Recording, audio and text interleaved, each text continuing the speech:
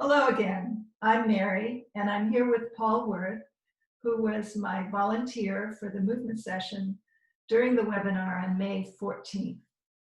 So I wanted to meet up with him again so we could find out what kind of things he did with those awarenesses that he found during the session. And because unless a client can really incorporate a new awareness into their life, it isn't really sustainable. It might be exciting, but what we want is for it to really be a practical message from your own body that you can then go on and profit from forever. So I wondered, Paul, hi. Hi. And I'd love to hear you talk about what you did with the work, but also first, if you could put into your own words what we did during the session, you know, what you thought that was. I haven't reviewed the video, so this is just purely recall, and I think I may be missing some things, but Okay. the clearest things that that I remember that and that I've continued exploring were being aware of the rami and using that awareness to help connect me more clearly through the floor, particularly in my right leg, right side, and right ramus, and then also working with freedom at the coracoid process, or awareness of my coracoid processes to help let my scapulae and arms free themselves from my ribs and spine. Mm-hmm. So there was a kind of lower and an upper. Yeah. Yeah, I thought about it afterwards. It was a little lower session and then an upper session, and I thought that's just like a first session of Rolfing. Mm-hmm. So you free the girdles so that the trunk can have more expansion. Totally makes sense. Yeah. So I wouldn't necessarily always do a first session idea with a client, but it does just happen. Mm-hmm. Yeah. And it also was oriented around freeing my breath too. Oh yeah, for sure. Yeah. So I'm curious, when you say to find awareness of your rami, how do you do that? To be honest, I haven't done much with a seated position like you started off with me doing, but I just feel where they are as when I'm standing, just and it's well, I can say more, but that's the short answer. Well, yeah, the thing, maybe we want the long answer. I'll just interject something though. Mm-hmm. For you, you're a structural integration practitioner, so you know where rami are anyway. You know, right. You don't have to find that anatomy.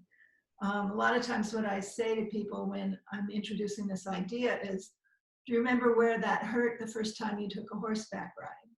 Mm-hmm. You bounced up and down and you didn't know that that was there. Yeah. And also there's such a, I don't know, a stigma around the pelvic floor and the pelvic floor organs and the pelvic floor awareness and so on.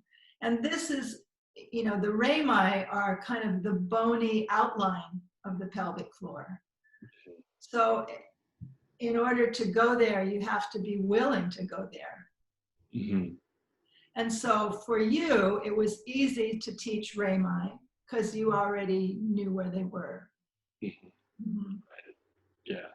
Yeah, so you could go to your rami, you could go to your coracoid processes without having to reacquaint yourself with those places in yourself. Right, and I guess if I wasn't as experienced, I could just use my finger to go, oh yeah, there it is, feel it. Right, yeah, and that's what, you know, for a beginner awareness person, that's probably what I would do, was have them do self-palpation of those places and really take time to embody awareness of the place. you know, Yeah. which was for you not a problem. Yeah. Yeah, except that it's not a problem to find it, but what one like many things like this, it's taught me how returning to it consciously has taught me over these last few weeks how uh, what am I trying to say? How frequently my body goes into this habitual place of losing the brain mind, losing that sense of groundedness. So that's Mhm. every time I return, I'm like, oh, yeah, it disappeared. It wasn't being pulled up inside like we found. And then, oh, okay, but it very quickly responds. It's been a great touchstone kind of to, oh, I find it. And then a whole chain of things kind of opens up in me. Well, it's within the geography of the first chakra, right? And the first chakra is about existence. Mm-hmm. Okay. Mm-hmm. So when you feel like your existence is being threatened, up, you know, we tend to contract around that first chakra area. And when that happens, the rami just go up. Mm-hmm. And that's my experience in my body. I do it all the time. Otherwise, why am I teaching it? Yeah. That makes a lot of sense. It's it fits also with the fact that the right one comes up, and I have this old traumatic injury to my right foot, which is specifically about survival, or at least protecting that leg. Yeah. Not only that, but it's a coordination issue, because you said in the last webinar that you hopped on one leg for a month or something. Yeah, about probably like 3 weeks. Well, but still 3 weeks. That's holding your right hip up away from the ground. Yeah. Right? So anyway, Yeah, well, totally. And the other thing that I wanted to say about in connection with the pelvic floor, what dawned on me in my sensation, and then intellectually as I felt it, was that um, going to the rami is a way to get to the context for my pelvic floor, rather than going to the pelvic floor itself, which is then, okay, do I contract it? Do I loosen it? But, it fits so much with what I know from movement work and your work in terms of space and ground. I can and the session that you did with me was to, rather than concentrate on my core tightness, you went to a larger up and down context to give it room to unfold. So if the rami are likewise like a context for the pelvic floor, so I don't have to go focus on the pelvic floor, just give it context. And then suddenly this is a sensation that brought up this realization, was like, by just going to the rami, my pelvic floor and my core connectivity all kind of reorganized just by having that context, without me going in and trying to say, this is what I want to do with my core. Yeah. So long story short, it felt like it created length and it created tone, without any extra contraction, or without even the need to like consciously do something. yeah, I love that. Because the whole idea of working with sensation rather than movement per se. So we were trying to work with sensation, so that awareness of sensation changes the way your brain organizes your movement. Mm-hmm. And without you having to try to reorganize your movement. Yeah, beautiful. And all I have to do is just find a place. That's all. And then my job is done. Exactly. And my colleague, Kevin Frank, calls that part of the brain the movement brain, because the various researchers who are studying how movement is being reorganized are constantly finding new things and new parts of the brain that are involved in it. So Kevin wisely just said, let's just call it the movement brain, so that it always is true. So it's the movement brain that gets information from your sensory awareness, and then the movement brain just fixes things for you. It's like magic. Mm-hmm. Yeah. Yeah, what a relief. Right, Yeah. right. I also took to heart, um,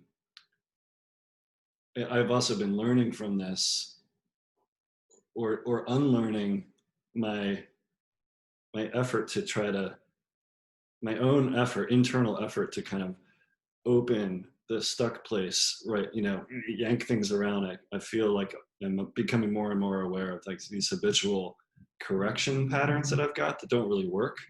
And so I'm starting to just kind of, okay, just ignore, or put on the back burner the fact that I feel uncomfortable, and go to the, clarify my sense of the rami, to clarify my sense of a down direction, and clarify a sense of freedom in my shoulder girdle, and then just hang out with that, and then I can watch the tighter core areas change. So Mhm. You're talking specifically about that T7 place or T9 place? yeah, like the T8 to 10, and since your session with me and exploring it, that place has, it started to percolate up my spine. So now it's at like T4, 6. I thought I was going to end up in a headache and then, disappearing on the top of my head, but it kind of got itself stuck a little higher, which is interesting. It's evolving. So. Okay, so what's in, I mean, we're not going to explore this right now, but just consider what's in front of the place where you now feel the restriction. My heart. Well, I'm so sorry. Yeah. Yeah. It's part of what's going on for sure. Yeah. Yeah, so yeah. It gets cosmic, doesn't it? Yes. Yeah. But Yeah. basically what you're saying is when you feel uncomfortable in that place, is that you go back to finding the ground, and in your case, this is from finding more earthiness in the rami. And Mhm. then by freeing the girdle up here, you allow more elevation to emerge. So you've got two directions Mhm. and sky, and then your back says, oh, maybe I'll change a little bit. Mhm. Yeah. Yeah. Yeah. And it's, and then there's a, maybe I'm not quite ready to, and there's a sort of negotiation, and I'm learning to get out of the way of that negotiation too. It's just like, okay, this is what it's learning something, and I'll just let that process happen. Well, what a great student. It's like, it's, I think I said somewhere that it's like movement work is like having a conversation with somebody, and it's the kind of conversation, I mean, most people would listen to us talking except for, body workers and movement experts, but regular people would think, what are they getting on about? Yeah. So any thing to say about your Tai Chi? Yeah. Well, the Rami directly helps me. I'll step back a little bit because I'm probably going to want to gesture a little. The To exaggerate something, I will do just to kind of make it more obvious in Tai Chi. If I'm trying to really connect and root on the ground, to exaggerate how I have done it, it will kind of look or feel a little like Mhm. like a trying to find the ground, trying to physically drop my body, even though I've been taught otherwise. It's still, Yeah. that's been my default. But if I just look for the Rami, then it's like I described a few minutes ago, then it's like the interior of my body goes kind of stretches like a Chinese finger trap, and I'm in my feet. So I get a length just by going Rami. And then on the other end, like the beginning movement is raising the hands and fingers. And I've been trying to, one of the key goals, as I understand it, is to do that in a way that comes from expansion in my body without any effort to haul my arms up. Mhm. And looking for a little sense of free. But I guess I translated what you talked about with the coracoid process to kind of giving myself a little feeling like like like that my armpit has a little space from front to back. Yeah. I do that. It's much easier to let my fingers lead this up and at the same time to have it all be um, supported by the ground. Yeah. Could you just go back for a minute and do the gesture the way you did it before we had that session? Just do that same arm movement, the old way. Okay. Let me see.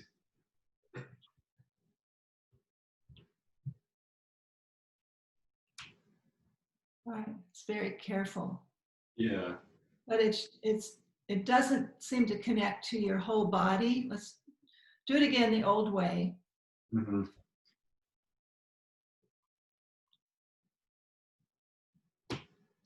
Here's a man moving his arms.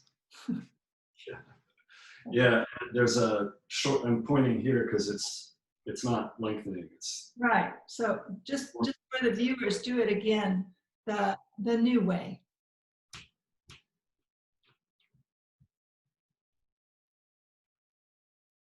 Yeah.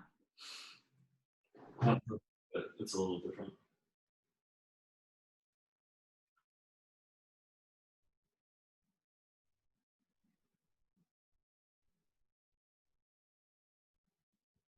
Still, yeah, I can still feel and there's like a little Mhm. grabbing in the middle, but it's changing. Yeah. It's much more organic. The other way comparatively looks a little robotic. Mm-hmm. You know? Could we try one thing just, before we stop? Yeah. Okay, so you wear glasses like I do. So our habit is to confine our looking Mm-hmm. into the front, into the sagittal plane. So most people do that because everybody's looking at screens these days, especially lately. Mhm. So perception is really narrowed into this front place. Yeah. So a quick way to become more aware of the space around us is just to be aware of the periphery. Mm-hmm. So as you're looking at the screen, be aware now of what's to the right and left of you, Mm-hmm. even though you're still looking at the screen. So you can have two directions in your vision, Mm-hmm. right? Yeah. Mm-hmm. Okay, so now keep that and find the rami. Mm-hmm. You want to back up where you were before? Yeah, that's interesting already. Going to a sense of internal, it's difficult to also maintain the peripheral. I didn't think it would be easy. We systematically lost these things the minute we started, kindergarten. Mm-hmm. So just try. And do it again.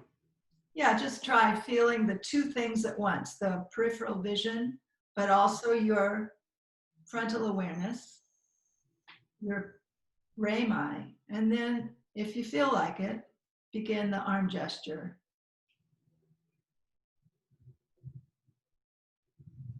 Yeah. And continue a little. Keep that peripheral space. Yes. Yeah. Yes, you feel that? Much better. Yeah. Mm-hmm. Okay. Yeah. All right.